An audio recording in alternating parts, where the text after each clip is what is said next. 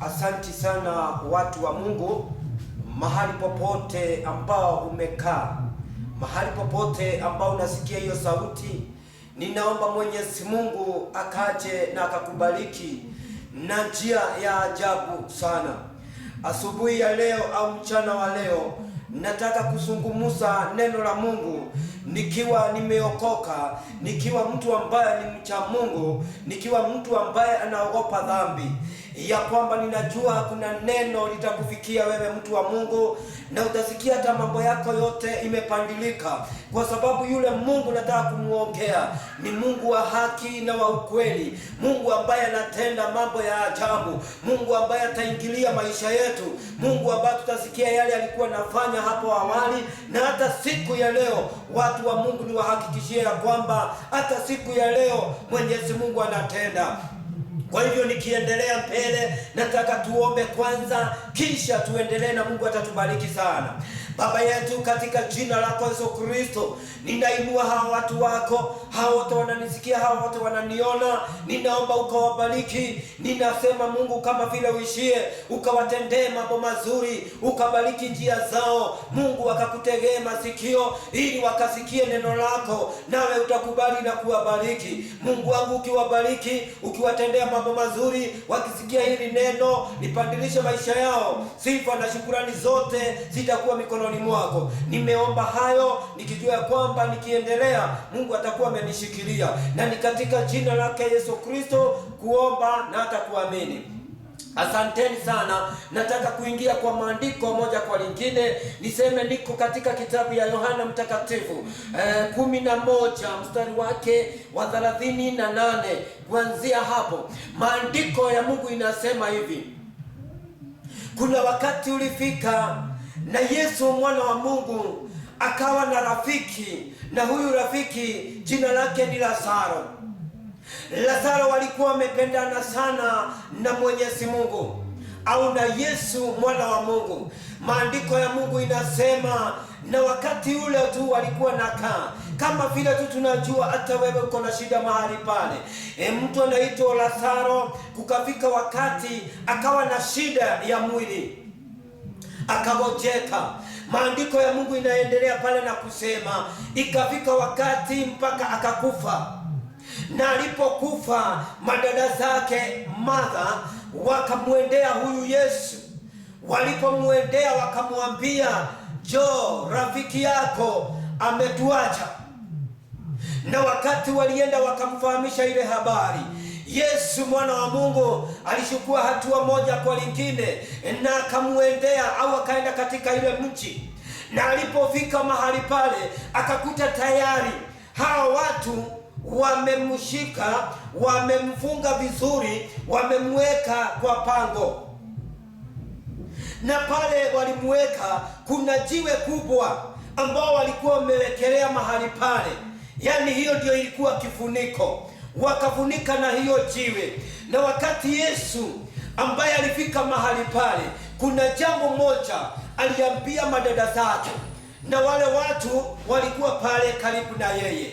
Akawaambia ya kwamba, ondoeni hili jiwe nami nifanye kazi yangu.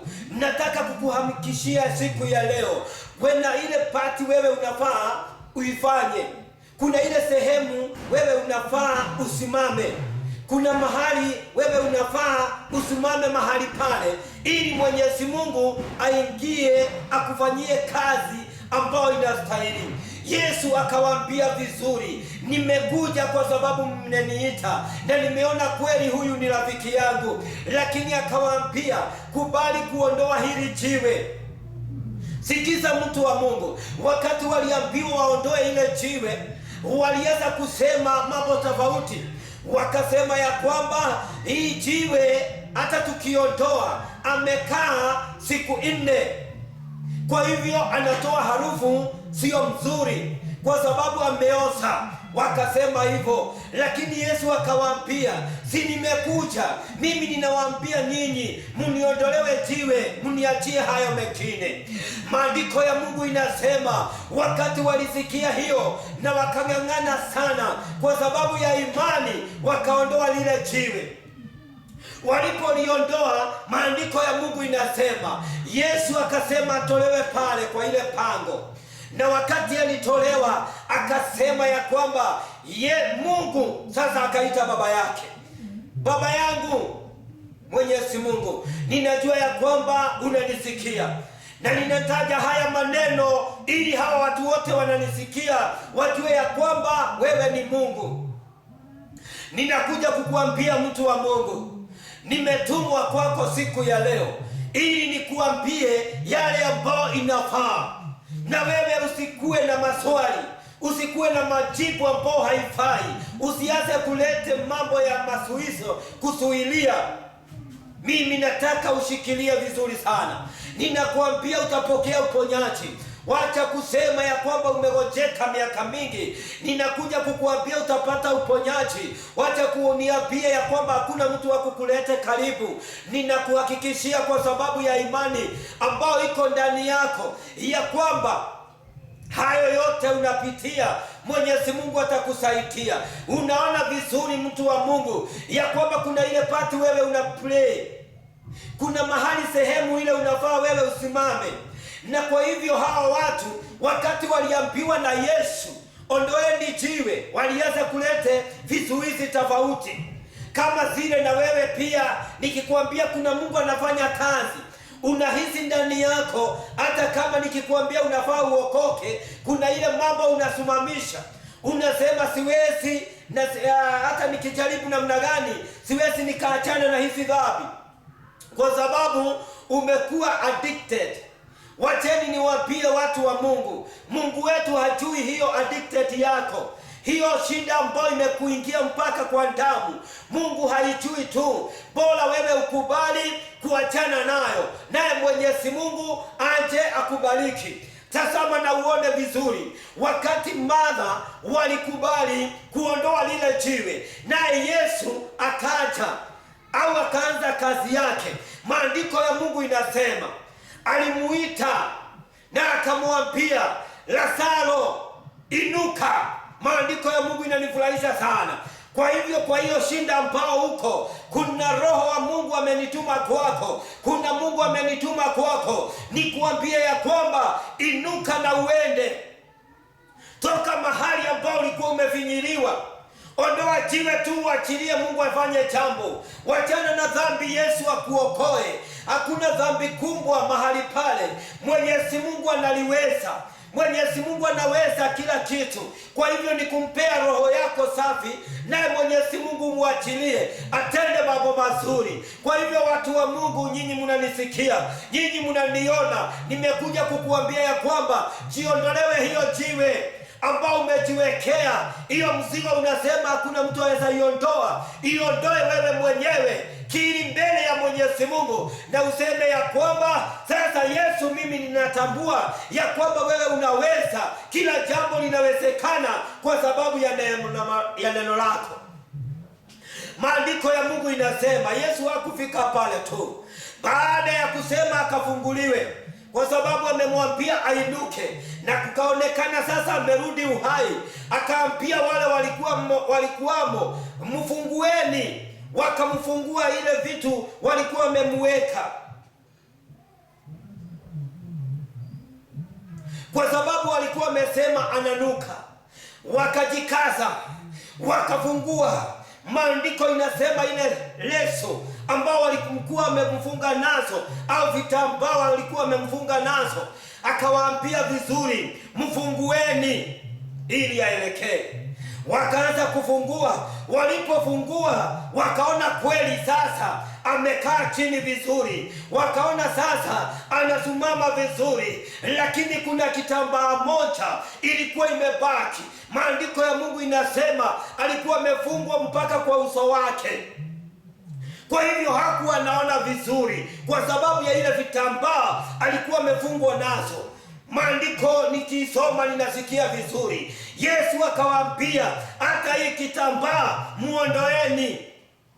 Na wakati walisikia hiyo sauti ya Mungu na wakaondoa kile kitambaa, maandiko ya Mungu inasema Sasa akaanza kuongea, akaanza kuona, akajiona sasa ako mwingine, sio kama vile alikuwa. Nataka kukuambia mtu wa Mungu, labda umeokoka, lakini kuna kitambaa ambao umewekwa kwa uso na mwovu Shetani. Huwezi ukaona, huwezi ukajua. Unajikuta umeokoka siku ya leo, siku ya kesho umerudi nyuma, mambo imekusukuma, unaona heri uachane na haya mambo ya Mungu. Usikubali. Kuna kitambaa ambao hujafunguliwa kwa macho, kwa sababu wakati Lazaro alifunguliwa, wakati huo ndio aliongea, wakati huo ndio aliona, wakati huo ndio alitembea. Na wewe pia mtu wa Mungu, mahali umefunikwa, mahali umewekwa na mwovu Shetani, mahali umefinyiliwa sana, mahali kuna vita, Mungu wetu anakuja siku ya leo na anakuambia mtu wa Mungu, jikakamue wewe mwenyewe, jiondolewe hiyo jiwe, hiyo mambo unasema huwezani nayo. Jua ya kwamba kuna Mungu anaweza. Kama ni kazi, mtu wa Mungu, usikae pale kwa nyuma. Chukua hatua uelekee kazini. Chukua hatua uende ukatafute kazi. Wakati huo umeondoa jiwe, uachie Mungu hiyo jambo lingine.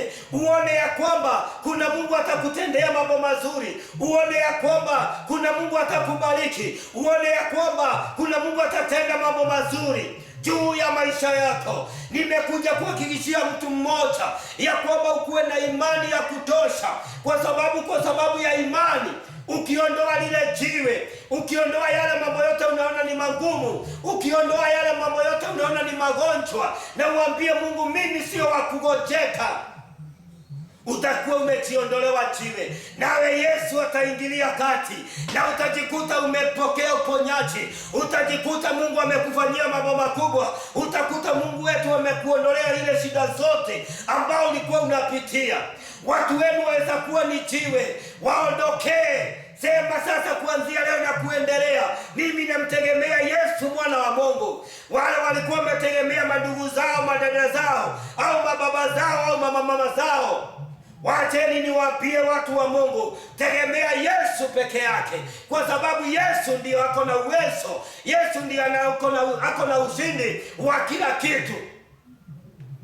Umefika mahali pale kwa sababu mahali umelazwa pale hospitali, kuna Mungu tu. We mpe roho yako, ambia Mungu, sasa fanya nami vile unaona inafaa, kwa sababu nimejiondolea dhambi zote, nimetubu nikiwa mbele zako. Sasa ujiachilie kwa Mungu, naye Mwenyezi Mungu afanye kazi nyingine jipya ndani ya maisha yako. Tazama uone, kuna wale watu walikuwa waine, walikuwa na ugonjwa wa ukoma. Maandiko ya Mungu inasema ya kwamba walijisanya pamoja, wakasema, sasa tukikaa mahali hapa tutakufa, tukienda tutamalizwa. Sasa wakajiahidiana wakiwa wenyewe, wakaona kweli, kwa sababu tukikaa hapa tutakufa, tukienda tutamalizwa, wacha tujikakamue tuelekee. Kama tutaenda tukufe ni sawa, kama tutaishi Mungu atakuwa pamoja nasi. Wakati waliongea hayo, wakajiondolewa ile jiwe, wakaondoa jiwe ya kulemewa, wakaondolewa ile jiwe ya vikwazo ambao walikuwa wamejiwekea. Hawawezi, hawana nguvu, wao ni wenye ukoma, hawana uraha, hawana ile jambo ya kupendeka, kwa sababu ya vile walikuwa wameharibika kwa miili yao. Maandiko ya Mungu inasema wakati walikata kauli, wakati waliondoa ile jiwe ambayo ilikuwa inawasuilia, maandiko ya Mungu inanifurahisha sana watu wa Mungu, ya kwamba wakati waliamua na wakaanza safari, walipokaribia mahali pale, maandiko ya Mungu inasema kuna Mungu aliweka mgurumo ndani ya miguu yao. Wale watu wakasikia kweli kuna magari kubwa ambayo inakuja, kuna watu wengi ambao wanakuja. Na ukumbuke tu, baada ya kujiondolea ile jiwe, Mungu akaingilia kati yao, akawasaidia. Maandiko ya Mungu inasema walifika mahali pale, wale watu wakatoroka, wakaondoka. Ninasema kuna mgurumo ambayo itawekwa ndani yako. Hayo magonjwa yote, hayo mashida yote, hayo vita yote, Mungu atakuondolea kwa sababu ya kumwamini. Usijali vile watu wanasema, Kwa sababu ukisikiza vile watu wanasema, mtu wa Mungu, utakuta ile jiwe hujaiondoa. Jikakamue kwa sababu ya imani, na useme sasa, mimi ninaondoka niende nikafanyia Mungu wangu kazi. Mimi sitalazwa tena hospitali, mimi sitakaa tu hapa. Mimi ninasema na ninakiri, watoto wangu watasoma. Ujiondolewe ile jiwe ambalo limewekwa mbele zako, ile mzigo unaona, hiyo ndio ninaita jiwe siku ya leo. Na uone vile Yesu alisema, nyinyi ondoeni jiwe nami nifanye kazi yangu. Nami nimekuambia mahali umekaa, hata kama pale umegojea marisoti kutoka mahospitali, wacha nikuambie mtu wa Mungu, amini ya kwamba wewe huna ugonjwa yoyote. Ninajua ninanenea mtu, ninajua kuna mtu ananisikia, na ninakuambia ya kwamba Yesu akisema ni kuponya, Yesu akisema ni kuinua, Yesu anatenda. Kile kinafaa watu wa Mungu ni ujue mahali unafaa wewe kufanya kazi. Ujue ni jambo gani unafaa ufanye ukiwa mbele za Mungu. Ni kutubu dhambi zako, ni kumkubali. Hayo mengine muachilie. Yeye ndiye atakushikilia. Ile njia zote utakuwa ukienda nazo, atakuwa akikuongoza, atakuwa akikuonekania, atakuwa akikubariki kwa sababu wewe umeamua. Lakini ukikaa pale na useme jambo lingine na lingine, kwa sababu tukirudi kidogo nyuma, tutaona katika ile maandiko inatuambia ya kwamba Martha alikuwa anaambia Yesu, amekaa siku 4 rafiki yako, kwa hivyo ataananuka. Wacha nikuambie, kuna harufu ambayo iko ndani yako, ambao watu wanaisema sana. Yule hawezi akaendelea, yule hawezi akabarikiwa, yule watoto wake hawataendelea. Kuna watu walikufunga, na wakati walikufunga, wewe usikubali kufungwa. Jiamini wewe ukiwa ndani ya Kristo ya kwamba Mungu anaweza kila kitu. Na Yesu akawaambia, mimi sijali na hiyo harufu. Mimi nimefurahia huyu Mungu. Hajali na yale unapitia. Anajua yale yote, matope umepakwa, na anaiona vizuri, lakini hajali na hayo. Anajua ya kwamba wewe ukimkubali tu, atakuosha yeye mwenyewe, atakuondolea ile vitambaa zote ambao umefungwa kwa macho yako, ambao umefungwa katika njia zako. Jikakamue, jitie nguvu mtu wa Mungu, na ninakuambia utaenda mbali. Ninakuambia Mungu atakufanyia mambo makuu. Usijali mtu wa Mungu vile watu wanasema kukuhusu. Jana walikuwa wakikuongea sana, jana walikusema mambo tofauti, lakini mpaka siku ya leo sio wao walifanya uamuke siku ya leo, bali huyu Yesu ambao tunaongea kumhusu, ni yeye aliona unafaa hiyo usiku akuwe pamoja na wewe, na hata asubuhi akakuamsha, akakushikilia mkono, ukaanza kutembea, ukaanza kwenda hapa na pale vile Mungu amekusaidia. Kuna minyororo ulikuwa umefungwa nayo, lakini ukiamuka Mwenyezi Mungu atakuinua, kwa sababu maandiko inatuambia, Yesu akaambia Lazaro, inuka. Na hapa kuna mahali nataka ushikilie vizuri. Yesu anasema haya akijua ya kwamba wale watu walikuwa namsikia wako na tashwishi, hawajaamini ya kwamba kuna Mungu anatenda. Na hata siku ya leo, hata ukienda uambie watu unaamini ya kwamba utabarikiwa, utakuta tu wakiongea kinyume na wakisema ya kwamba wewe hutabarikiwa. Lakini sio wao walikuumba, sio wao wamekuweka uhai. Mungu ambaye alikuweka uhai, huyo ndiye anakuambia siku ya leo, inuka, tembea na miguu yako. Inuka kwa sababu ya imani ukafanye kazi, kwa sababu ya imani ukalifanyie kazi. Inuka, toka mahali umewekwa, ile vitambaa umefungwa nazo.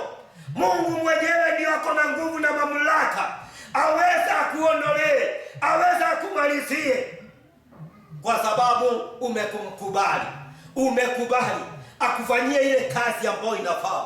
Na wewe uko na kazi yako ambao kuna mahali unafaa usimame wewe mwenyewe juu ya imani tu. Uambie Mungu, niko na imani ya kutosha. sasa nifanyie mambo makubwa, sasa niongeze nguvu. Wewe enda katika nyumba la Mungu. Ukifika tu mahali pale, Mungu wetu anakuongezea nguvu. Unakuta pale, kama huku unaweza kuruka, kama huku na nguvu ya kuomba, utajikuta sasa unamuomba, utakuta sasa umemsifu, kwa sababu atakutia nguvu. Usikubali kusikiza mwili wako. Mwili wako ni mchovu sana. Usikubali, kwa sababu huyu Mungu anataka ujifue hiyo uchovu yote, ujifue hayo maradhi yote. Uambie Mungu, mimi sio wa kugojeka, nitaelekea kwako, nitaenda mbele zako, nitakuomba. Naye Mwenyezi Mungu atakuwezesha, atakusaidia, atakuwa msaada kwako. Hakuna mahali pengine watu wa Mungu tuwaweza kimbia. Hakuna mahali pengine tuwaweza simama ili Mwenyezi Mungu afanye kazi, bali kwa neno lake. Na ndio nimesema ya kwamba neno la Mungu ni kitu ya muhimu sana. Kuwa mtu ambaye anajisomea, kuwa mtu ambaye anashikilia lile neno, analisikia vizuri, kwa sababu hilo neno litakuwa usaidizi wako. Ukiangalia Yesu mwana wa Mungu alikuwa na neno, ilikuwa kwa wingi ndani yake. Tukitazama pande hiyo ingine ya mwovu Shetani, hata yeye alikuwa na neno ndani lake, kwa sababu alikuwa anaambia Yesu, fanya haya. Na Yesu alikuwa anajua ya kwamba haya yote ni majaribu, kama vile unajaribiwa na ile mashida unapitia, kama kwa wale ambao mmeitanishwa na wao, wanakuona wewe hufai. Lakini huyu Yesu mwana wa Mungu anastahili sana. Umelemewa na kila kitu. Watu wenu wakikuangalia wanangojea tu wasikie umekufa.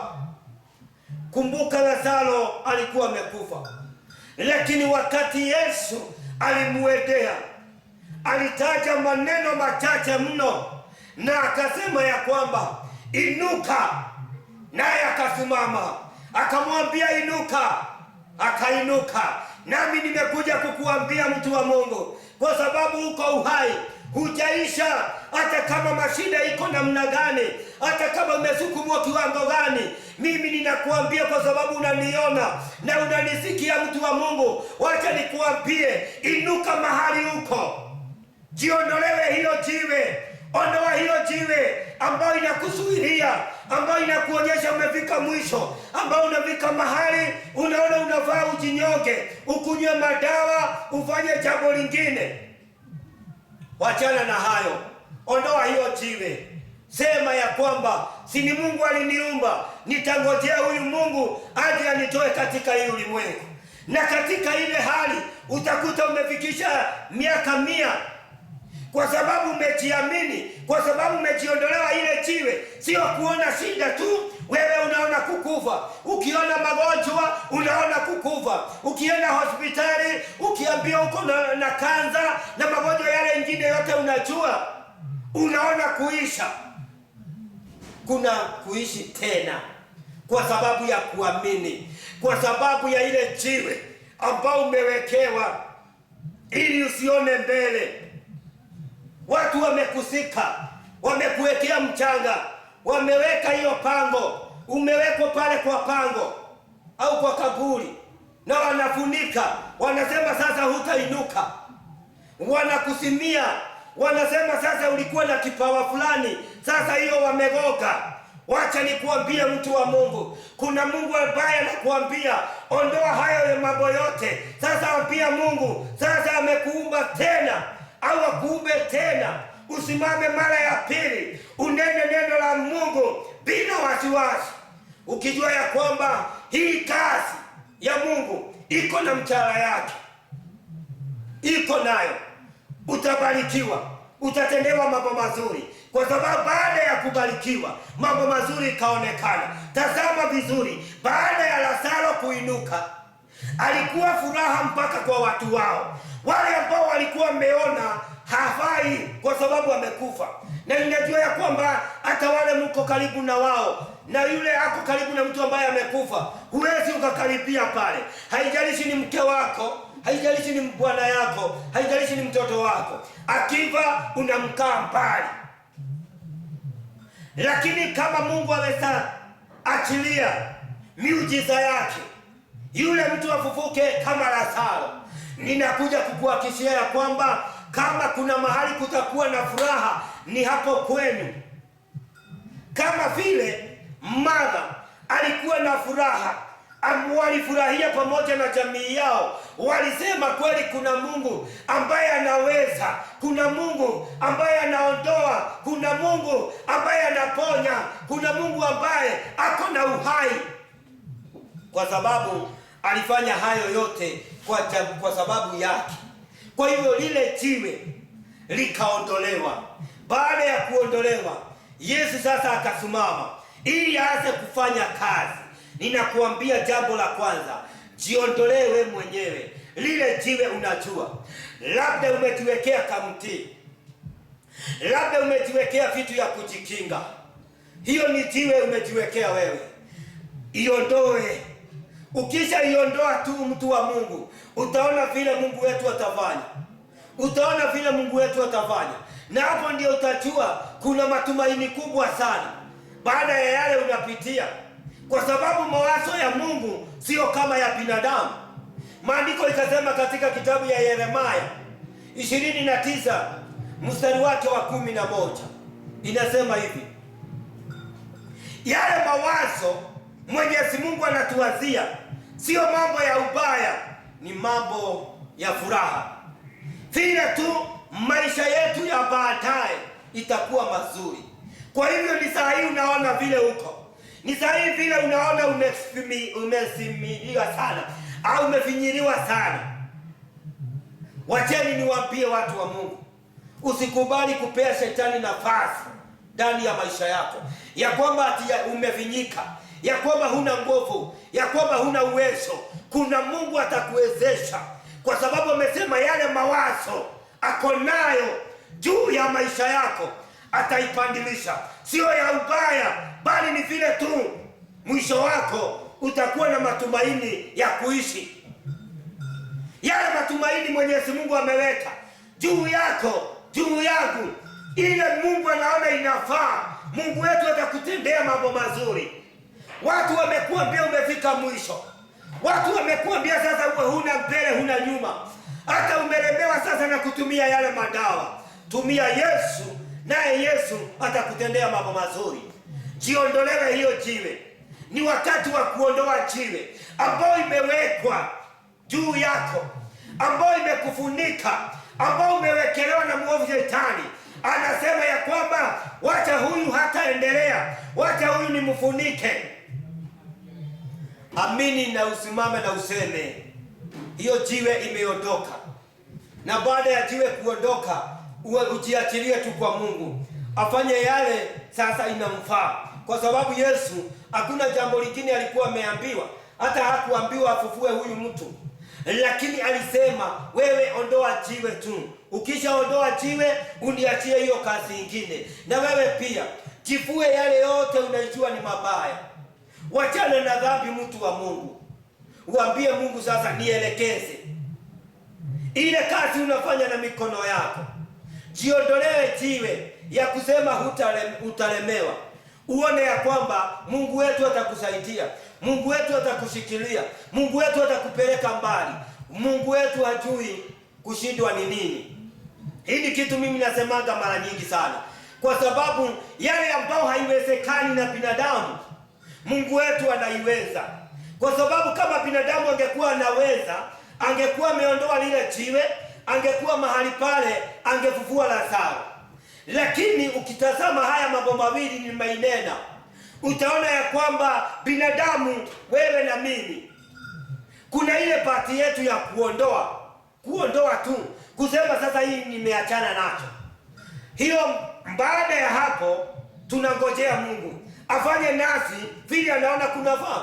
Kwa sababu ukitazama vizuri, baada ya ile jiwe kuondolewa, Yesu aliita Mungu, Mungu wangu, fufua huyu mtu, ili hao watu wajue ya kwamba ni wewe umenituma.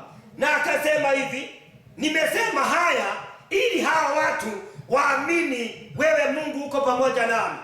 Nami ninakuambia siku ya leo, mahali umewekwa pale, mahali umefinyiliwa pale, mahali umefungwa pale, hiyo minyororo yote nimeikemea katika jina la Yesu. Nimesema Mungu ako na nguvu, nimesema Mungu ako na uwezo, aingilie maisha yako, akuondoe mahali umewekwa kwa giza, akulete kwa mwangaza. Hata kama ni kazi yako. Kuna watu walipitia hapa usiku, kuna watu walipanda vitu hapa na pale. Mungu amekuja siku ya leo na anakuambia wewe usijali, niamini mimi kama Mungu wako, uone vile nitakufanyia.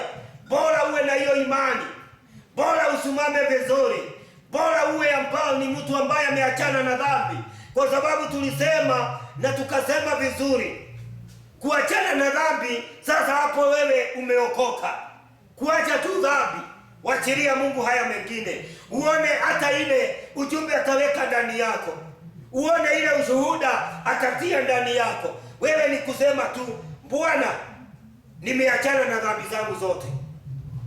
Sasa umeondoa hiyo jiwe, achilia Mungu huko kwingine. Miaka ile utaishi, achilia Mungu. Vile Mungu anataka muachilie, uone vile Mwenyezi Mungu atafanya. Wacheni watu wa Mungu, niambie mmoja wenu ambaye ananitazama, ambaye ako na shida nyingi sana, nimwambie ile maripoti ambayo ameletewa na watu ni maripoti tofauti. Hata madaktari wametoa mambo tofauti juu ya maisha yako. Kuna ugonjwa umetafutwa, miezi umepimwa, lakini hujapatikana na ugonjwa. Lakini wewe ukijihisi unasikia kuna shida, nimekuja kukutabiria siku ya leo, amini ukiwa mbele za Mungu ya kwamba huna shida yoyote. Ndio ujue mawazo ya Mungu sio kama ya binadamu. Ukitazama mtumishi wa Mungu Ezekiel alitumaniwa vizuri na mnabii Isaya, akatumwa kwake, akaambiwa enda ukamwambie ajitakaze, atubu dhambi zake, ajigawe, kwa sababu siku zimefika ili akaondolewe katika ulimwengu au akafe. Alikuwa amefika mwisho. Tazama na usikize vizuri hiyo ripoti yote. Mwenyezi Mungu wakati alikubali Isaia akapeleka ile ujumbe, alipompea ile ujumbe, akiwa katika jiani akirudi, maandiko ya Mungu inasema Mungu mwenyewe akamnenea, akamwambia simama sasa, rudi tu mahali ulikuwa, umwambie mimi kama Mungu nimesikia na nimeona kilio chake, na mimi kama Mungu kuna miaka nimemuongezea, hata kwa kijiji yake kuna jambo jipya nitafanya. Wacha nikuambie mtu wa Mungu, kuna ripoti ya Mwenyezi Mungu. Wachana na ripoti ya binadamu. Watakuletea maripoti tofauti, watakuletea ujumbe tofauti, unabii utaachiliwa tofauti, lakini kuna ile jambo ambayo inatoka kwa Mungu, ujumbe wa Mungu. Hiyo ndio na mimi nataka uiamini ya kwamba ujumbe wa Mungu ni wa ushindi. Ujumbe wa Mungu ni wa mambo mazuri, kwa sababu ujumbe wa Mungu ulienda mara ya pili kwa mtumishi wa Mungu Ezekia, na akaambiwa vizuri, Mungu amesikia kilio chako. Nami ninakuambia ukiwa mahali huko, hapo sana unaona umefinyika sana, hapo sana unaona unapita sana, wacha nikuambie mtu wa Mungu, kuna Mungu atakutendea mambo mazuri. Kuna Mungu ataingilia maisha yako. Usijali vile uliambiwa jana, usijali wale vile watu wameshikana ili wakumalize. Kuna ripoti ya Mwenyezi Mungu ya kwamba hawatakuweza, hawatapigana na wewe. Mungu atasimama katika hiyo pengo. Wewe ujiondolewe tu ile jiwe ya kujiamini ya kwamba wewe sio mtu wa kurogwa. Kazi yako itasimama. Wakitafuta miti, wewe unatafuta Yesu. Anasimama katika ile pengo. Kwa makanisa yetu, tuamini wachungaji ya kwamba hata kama watu wameenda, limitation ambayo tumewekewa, Mwenyezi Mungu ataivunja. Bora uambie huyu Mungu, mtumishi wa Mungu, ninanenea mtumishi wa Mungu mahali ulipo, ya kwamba uambie Mungu tu, kanisa ni lako Jehova, lete watu. Umejiondolewa hiyo jiwe, unaachia Mungu sasa. Ujionee siku ya Jumapili vile Mungu atakufanyia, ujionee vile Mungu atasimama na wewe, kwa sababu umekubali. Lakini ukiwa umejiwekea ile jiwe, hujui ni kwa sababu gani, hujui ni nini iliendelea, hutaondolewa ile mashida. Kwa hivyo utajikuta tu uko pale tu, umelemewa, umeshindikana, umeshindwa utafanya namna gani, kwa sababu ya vile mambo imekusukuma. Mimi nimekuja leo hii masaa ya mchana nikuambie vizuri, mtu wa Mungu, kuna Mungu anapandilisha, kuna Mungu anatenda mambo mazuri, kuna Mungu anangojea tu uondoe jiwe. Hiyo mawazo ambayo imekuingia ya kwamba umefika mwisho, ya kwamba sasa hutaendelea, ya kwamba watu wenu hawataendelea, ya kwamba mambo haya ni mazito sana, jiondolee hayo yote. Useme sasa, Mungu, nimeondoa haya yote, nimekuachilia sasa, unibebee hii mzigo. Naye atakubebea vizuri, naye atakushikilia vizuri, na utajikuta tu, hata kama ni wale watu walisema kinyume, utakuta saa hiyo watawekwa jambo lingine ndani yao, ili waende wakisema kweli kuna Mungu. Kama ni mtu fulani ambaye ameinuka, kama ni ugonjwa ambao ilikuwa na mtu fulani na sasa imeondoka, kweli kuna Mungu. Lakini hawajajua siri. Siri ni kuondoa jiwe, naye Yesu afanye kazi yake, ili vile umefungwa, ile vitambaa zote ambao umefungwa nazo, Mwenyezi Mungu aikatakate. Mwenyezi Mungu ujiachilie kwake ili akuondolee.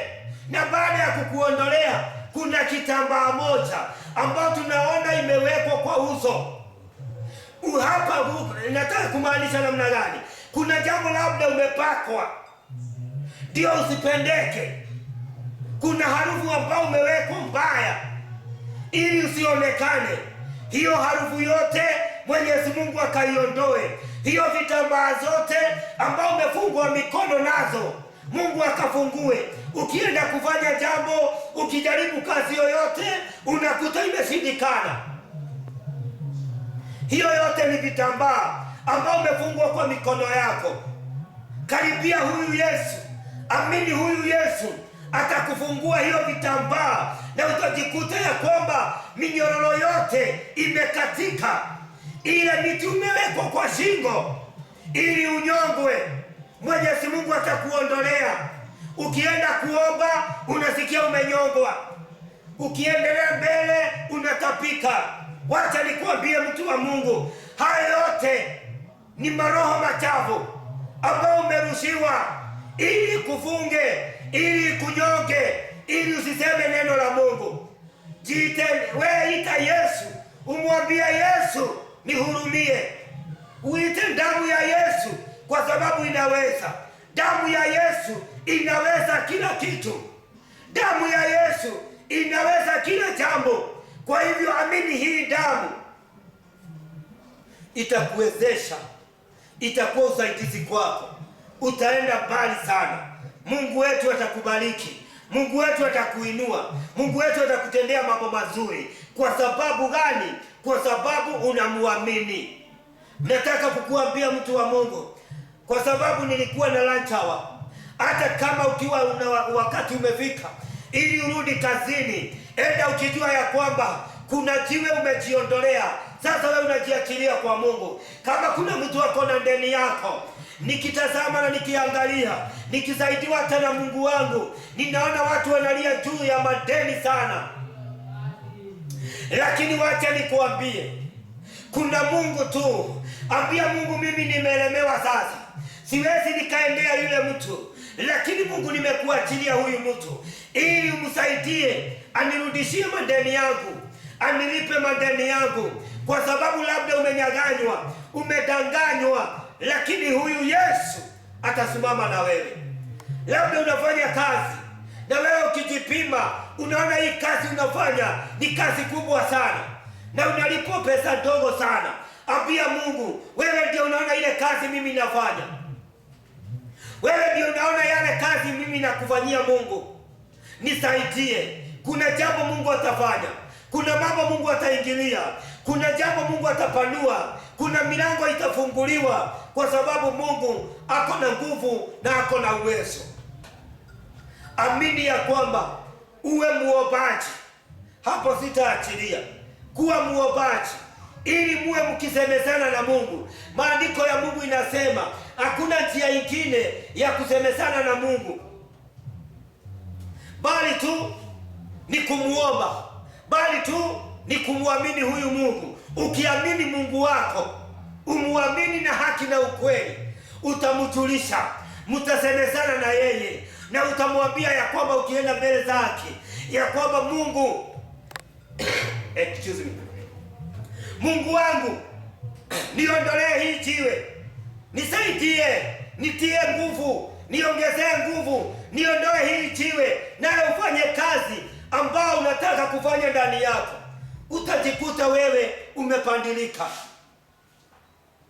Kama ni wale wanafanya mambo maovu, wamejaribu kuachana nayo, wamelemewa, ni wao tu wanafaa wajikatie kauli na waseme, kuanzia leo sitakuwa nikifanya haya, sitakuwa nikifanya hizi dhambi.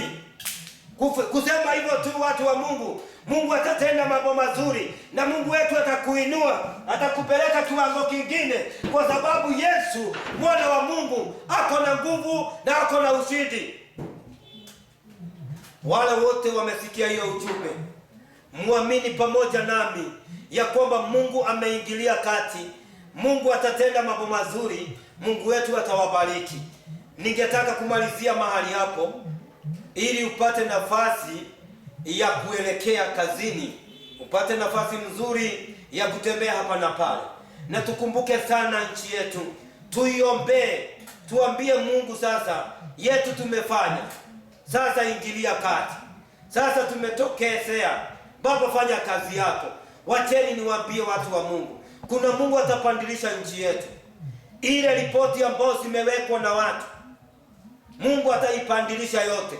Vile watu walikuwa wanangojea damu imwagike, utashangaa sana, kwa sababu Mungu ataipandilisha. Hutakuta damu imemwagika, hutakuta yale madhara inaonekana, kwa sababu Mungu atasimama na watoto wetu. Mungu wetu atasimama na nchi yetu, atasimama na viongozi wetu, atakuwa msaada kwetu. Kwa hivyo Mungu atatenda mambo mazuri. Amini pamoja nami, hata ukielekea kazini, hata ukijipanga yale kazi iko mbele yako, kwa sababu umenipea hiyo dakika chache, ukanitegea masikio yako, nami ninaamini nikiwa ndani ya Kristo, kuna jiwe umejiondolea, naye Yesu ameingilia kati ili akusimamishe, na utatembea ukiwa ndani ya Kristo. Ukiambiwa na mtu umefungwa, ambia huyo mtu ya kwamba hata hiyo minyororo unaona, hata hiyo vitambaa unaona, Mungu ako na nguvu na ako na uwezo wa kunifungulia, na ukute tayari umeendelea, tayari umeenda vizuri, tayari umefanya mambo makubwa, kwa sababu kuna Yesu ambaye alifanya na alisaidiwa na Mungu. Alimuita Mungu, naye Mungu akaitika akiwa juu mbinguni, na akambariki na akatenda mambo mazuri. Wewe ita huyu Yesu, naye Yesu aambie baba yetu ya kwamba tazama, huyu mzee, huyu mama, huyu msichana, huyu kijana, huyu mtoto atatembea. Haya magonjwa hakuzaliwa nayo, ataondolewa. Ile uwete wote ambao ulikuja baada ya mtoto kuzaliwa, Mungu ako na nguvu na ako na uwezo wa kuiondoa katika jina la Yesu. Nimeshukuru sana sana sana watu wa Mungu, na hata siku ya kesho, majalio Mwenyezi Mola, nitaendelea tu na lanchawa, na ukisikiza utakuwa ukibarikiwa. Namba zangu za simu, kwa sababu waweza taka communication yoyote, waweza tuongeleshana, waweza nipigia simu, waweza niuliza swali, waweza niambia tusaidiane mchungaji juu ya maombi. Tutasaidiana na wewe utafurahia, na mimi pia nitafurahia nikisikia ya kwamba kuna jiwe imeondolewa juu ya maisha yako. Na niseme tu kwa wale wako na kazi ambayo inaonekana kama haina mbele haina nyuma, Mungu ataingilia mahali pale. Mungu wetu ataingilia mahali pale. Kwa hivyo usiogope, hata kama kuna maroho inapigana na wewe, tumia hii namba ili tuongeleshane na wewe, uone yale Mungu anafanya, uone yale Mungu atatenda. Kwa hivyo hiyo namba ndio hizi sasa, ni 0728 963 988. Hizo ni namba yangu. Jina langu ni Senior Pastor Joseph Kamau. Nashiriki na kanisa ya Hallelujah Gospel Church pale au hapa Kayole. Na Mungu wa mbinguni awabariki sana. Wacheni tuamini ili tumalizie na ombi na Mungu atatubariki sana. Baba yangu, katika jina lako Yesu Kristo, nimekushukuru Baba wa mbinguni, nimesema ni asanti kwa sababu Mwenyezi Mungu umekubali nikaachilie neno lako wakati huu wa mchana, na ninajua ya kwamba utatenda na umetenda.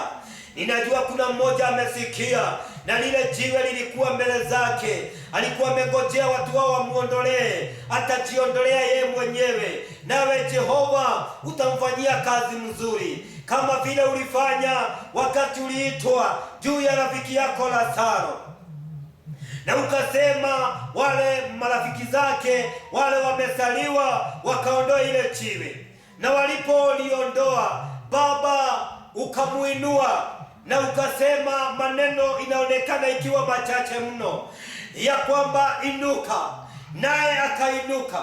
Hata kama alikuwa amefungwa, Baba wa mbinguni ukaamuru na ukaambia wale watu wakafungue, na walipofungua Lazaro akasimama, akatembea, akaonekana akiongea kama vile tunaongea.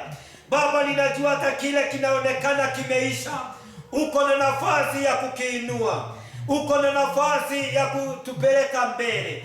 Hata nchi yetu Baba nimeikabidhi mikononi mwako.